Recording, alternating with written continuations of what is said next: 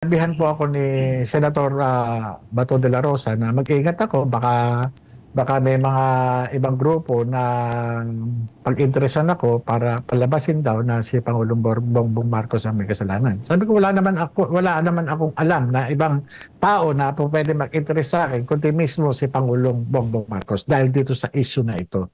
Dahil dito sa ano no sa ginawa kong pag-iimbestiga at pagkuha ko ng statement to sa confidential informant na itinuturo siyang sumisinghot kasama itong ibang personalidad kabilang si Maricel Soriano.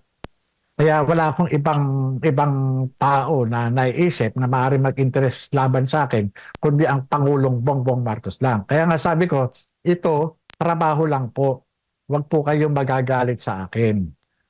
Kung meron man na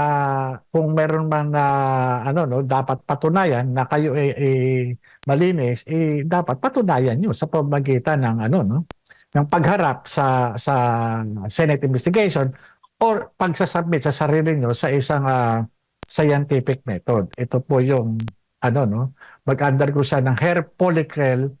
Unahin niyo sa tao na malinis kayo. Hindi totoo yung sinasabi ng ahente na yan. Sinungaling yan. Ito, magpapadrug test ako sa harap ng sambayan ng Pilipino. 'Di ba? Sana ganun eh.